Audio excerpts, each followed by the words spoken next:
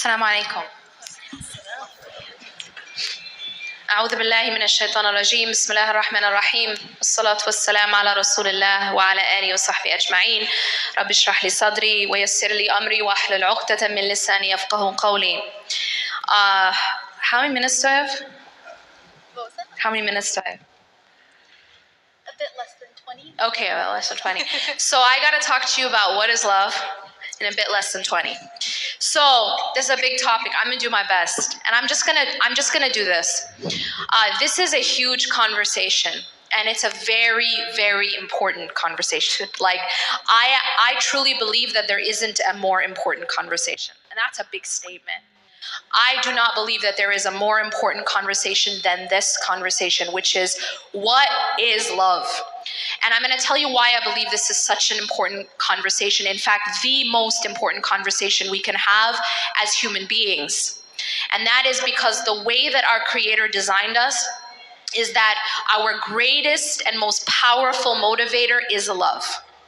Our greatest and most powerful motivator, this is our fitrah, this is our design, is love. It is love, ironically, for the wrong things that make nations go and bomb other nations. It is a love of power. It is love of wealth. It is love of domination. It is love that will make a person give up their life for another person. It is love that will make a person shoot another person because they want their sneakers. It is love of wealth or love of status. And so we all need to be talking about love because love is extremely powerful. And if we love the wrong things in the wrong way, we can actually destroy the world. That is a fact. And we are seeing the world getting destroyed because of that wrong love for the wrong things. We have entire governments, entire nations that have no problem killing women and children because they love to stay in power. And we're seeing that right now.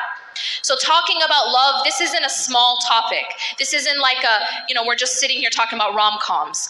This is a very deeply important topic, and we need to understand what love actually is and how loving in the wrong way can, in fact, not only destroy you, but can destroy the world. So that's big. That's important. I want to begin by saying this. I'm going to narrow my topic to romantic love. All right, that's what I'm going to talk about. Now, in the topic of romantic love, I'm going to say a few things. I'm going to list a few mistakes that we make or a few pitfalls that we fall into in terms of this, under this topic of romantic love. The first one I'm going to begin with is what I believe is the most important. And that is this. It is a mistake that so many people make. It is a mistake I made. It is a mistake I think the sister was saying she made. Many people make this mistake. And that is this. Allah subhanahu wa ta'ala created love. And I'm going to put it this way. Allah created different kinds of love. Allah created, for a more clear explanation, to simplify, Allah created different compartments within our heart to contain love and different kinds of love. Now, everything is fine as long as you keep the proper love in the proper compartment. Okay? And I said earlier that I'm going to talk a little bit about my book. My book is basically centered around this concept, is that there are different compartments within the heart, and each compartment is created for a specific kind of love. And as long as you keep everything in its proper compartment, you'll be okay. But the moment that you put things in the wrong compartment within your heart, that is when the real damage happens. And you guys are probably wondering what I'm talking about. I'm going to give you an analogy before I explain what I'm talking about. Have y'all ever gone to a gas station before? Okay, excellent. And when you get to the gas station, imagine one day you get to the gas station and you pull up and you realize that you just think that gas is too expensive that day. But you notice that there's a sign for orange juice. And orange juice happens to be on sale because it's Sunny Delight. It's not real juice. And you say to yourself, you know what? I'm a little cheap, and I'm going to just put orange juice in my gas tank because it's cheaper. What's going to happen to your car when you put orange juice in the gas tank instead of gas? Because it's cheaper. Anyone? Any mechanics in the room? Y'all don't have to be a mechanic to know that you're gonna destroy the car. Fair enough? You're gonna destroy the car. Not only is it not gonna run, but you've actually broken the car. You feel me? Okay. So within the human heart, there is a compartment, just like a gas tank. And that compartment, just like a gas tank, is only made to hold a certain type of thing.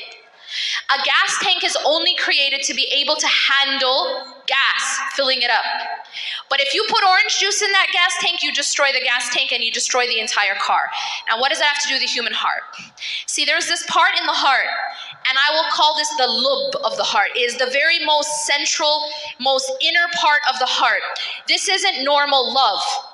No, this is the center of our existence. This is what I live for and what I will die for. This isn't just love, this is worship. It's the kind of love that becomes worship. But it's not worship in the sense that you're praying to this thing. People don't pray to money, but they worship money. And the reason why they do that is because their love of money is in this central part of their heart that was only created for the love of God. So you understand what I'm saying? I'm saying that within the human heart, there's an innermost part that's like a gas tank. It's only created for gas. In the case of the heart, it's only created for the love of God, Allah. This is, in other words, I'm going to call this an ilah. Ilah. When you become Muslim, every single day when you pray, as a believer, you say this every single day. Many times a day you say, La ilaha illallah. Do we even know what we're saying? We don't actually know what we're saying. We're not only saying there's no God but Allah. Because then you think, okay, there's no creator but Allah. This is true. But essentially what we're saying is that there's nothing that goes in the core of the heart except for Allah. Except for God. Whatever language you want to say it, the creator, the ultimate, the almighty is the only one who goes in that central part of my heart and of my life. That's what La ilaha illallah is at a core level. And that is why a person will become destroyed if they put anything else in that core level. Just like the car becomes destroyed when you put orange juice in it. Yeah? Just like a car becomes destroyed because you put orange juice in the gas tank, a human being, a society, a family, the entire world becomes destroyed if you put anything else in that core level other than God. Now, what does that mean? It means if I put money there. It means if I put status there. It means if I put power there. It means even if I put another person there. You guys following? I'm talking to a room with a lot of women. And you know, subhanAllah, no one teaches us this. I will tell you I wasn't taught this. Because I was taught, you just love. You just love. Love is always just it, right? It's always, I wasn't taught that there's a wrong and a right way to love. I wasn't, in my Islamic upbringing, this was not taught to me. And I had to learn it the hard way. And I'm talking blood, sweat, and tears. And that's how Reclaim Your Heart happened, by the way. That's how my book happened, is blood, sweat, and tears, learning this one lesson, just this one lesson, the hard way. And I'm here to tell you the easy way. I'm telling you, don't do it. Because what happens is, even another human being, and I'm talking now your spouse, yeah? Like your spouse. Well, you're supposed to love your spouse.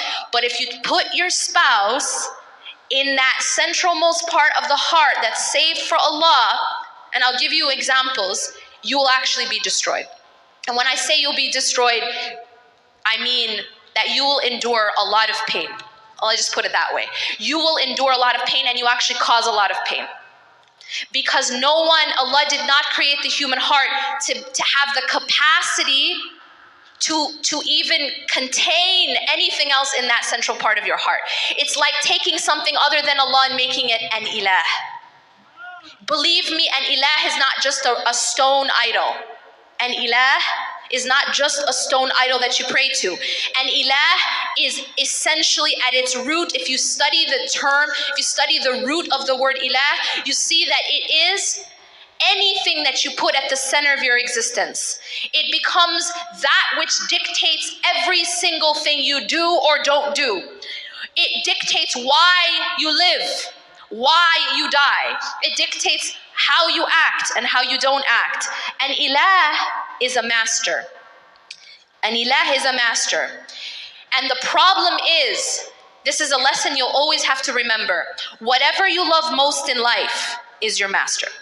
Simple as that. Whatever you love most in your life is your master. If that is money, then you are a slave to money. If that is your spouse, then you are a slave to your spouse.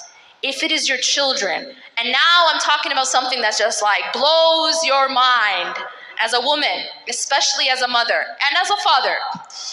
We definitely ain't taught this, that there's a wrong way to love our children. What? There is a wrong way to love your children. Why do you think we have so many problems with the whole mother-in-law issue? Do you want to know the reason? Anybody want to know the reason? This is the reason. It's because the dynamic to begin with from day one was unhealthy. I'm telling you guys something maybe we don't want to hear, but it's the truth. The dynamic was unhealthy from day one because that boy, that son of yours was never supposed to be in that part. That part is saved for Allah. Your life was never supposed to revolve around your children. I know, it's like, what? Your life was never meant to revolve around your children. It's unhealthy. And actually, your life is supposed to revolve around Allah. This is something we're not taught, but it's unhealthy and it creates unhealthy consequences. And yes, that is why we have an issue then when the son grows up and now he's getting married and all of a sudden there's a competition. There's not supposed to be a competition between a wife and a mom. That doesn't even make any sense. But the fact that there is only because the dynamic from day one was unhealthy and it was wrong. They taught you that you're supposed to revolve your life around your son, namely your son. They taught you that that's actually how to be a good mom. It's not how to be a good mom. It's unhealthy. Your life continues to revolve around Allah, whether you're married or unmarried, whether you're a mother or you're not a mother. And only when your central point in your life is Allah, your greatest and deepest devotion and love is for Allah, only then, and mark my words, only then will you have healthy relationships with the creation. Only then can you have a healthy relationship in a marriage and with your children and with your friends and with your colleagues. Only if you're putting everything in the right compartment. I'm not up here to tell you that you're not supposed to love your children. For God's sakes, we love our children to death. I'm not here to tell you you're not supposed to love your spouse. I'm not even telling you not to love money. Love these things. Allah subhanahu wa ta'ala and His Messenger made it halal. But what does Allah warn us from? Allah warns us in the Quran. قُلْ إِنْ كَانَ آبَاؤُكُمْ أَوْ أَبْنَاؤُكُمْ. Allah in this ayah gives us a list of all halal things. All halal things. Say if your fathers, meaning your parents, your sons, your children. And Allah lists 8, I think, halal things to love. And He says your parents, your children, your spouse, your siblings, your wealth, your business where you fear decline. Is any of this halal? Is any of this haram? Does the ayah say your boyfriend or your gambling or your drinking habits? No, all halal. But Allah warns us, if any one of these things ahabba ilaykum min Allahi wa rasulah is more beloved to you than Allah and His Messenger, that's when you face a problem. Because even the halal, if it's loved in the wrong way, will cause much damage. And this damage will be to yourself and others. So the first thing I want to say is this: we have to put things in their proper place. When we say La ilaha illallah, when we say there's no ilah except for Allah, what we are saying is that nothing else goes in the core of our hearts and in the core of our lives. Nothing else do we revolve our existence around except for our Creator. And that can't be our money, it can't be our business, it can't be even our children or our spouse. It can't be status, it can't be power, it can't be our career. It can't be these things. And I'm going to tell you guys another secret.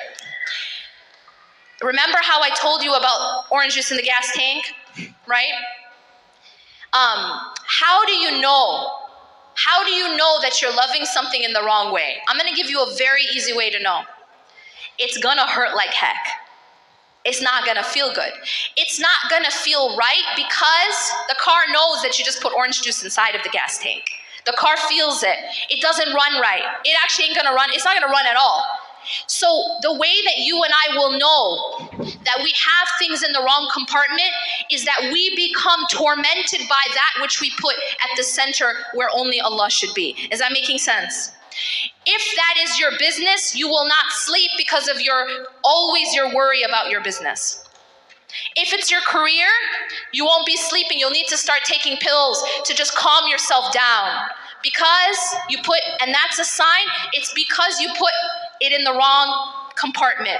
If it's your children, same thing's gonna happen. They are going to torture you. I'm not talking the normal torture, yeah? I'm talking a different kind of level of torture, of torment.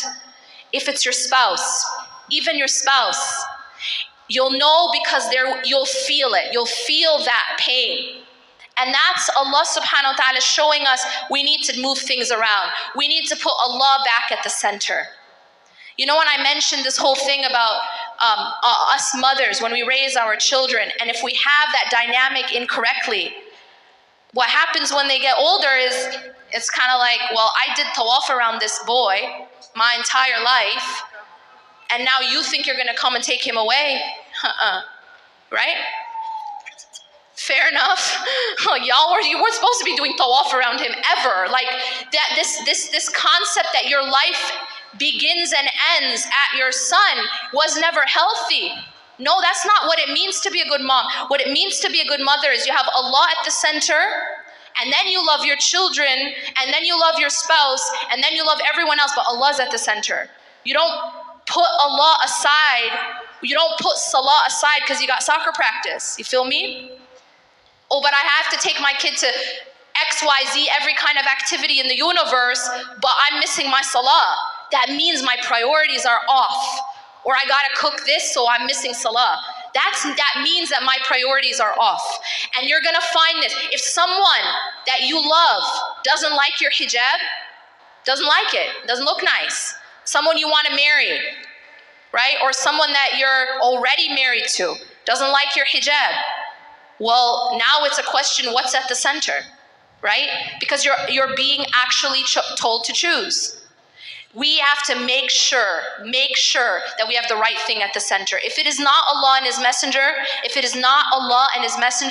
we suffer, and then we make others suffer. So that's the main thing I want to emphasize. And I actually don't have time to get to the other points because I had less than 20 minutes to talk about love. But I will say this very quickly.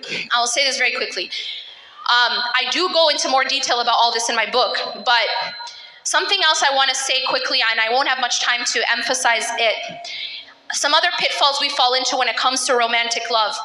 One of the big ones is that we focus on the surface and we miss what's inside. Now, obviously, in terms of appearance, yes, this is an obvious thing. I think many of you already know about this. But there's another level of this which I've seen and I've experienced, and that is that a lot of times we mistaken, as the sister said, what I call surface romance. We mistaken surface romance for deep connection. And the two are very, very different. See, you might have a man or a woman who does these things for you, these things and these gestures that the sister was mentioning, the roses and the surprises and all of that. And you may believe that means that you have a connection. But there is a very, very big difference between surface romance and deep connection. Deep connection is about, and these are big terms, deep connection is about compatibility. Deep connection is about vulnerability. Deep connection cannot only just be in these gestures. So I advise you and all those who are looking, for example, for marriage, look deeper. And one last thing I want to say, I will tell you, and everyone who advises you will tell you, look for deen, look for character. Absolutely, those are a must. But I will also tell you that it is not enough. It is not enough. And I'm going to say this, and I know this from experience. what I speak about, I know from experience, that it is not enough. And there are many examples, namely even in our tradition, we know, for example, great people, Zayd and Zainab, they were both amazing character, they both amazing, had amazing morals and deen, but they were not compatible.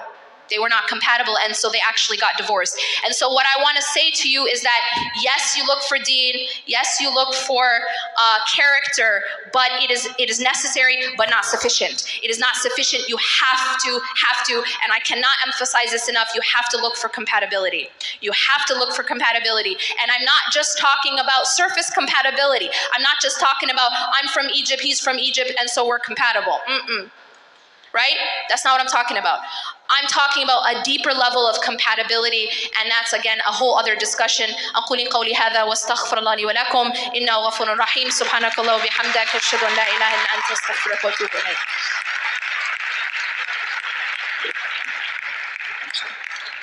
Jazakallah khair. Very inspiring words and a lot of questions that came from them. A lot of questions.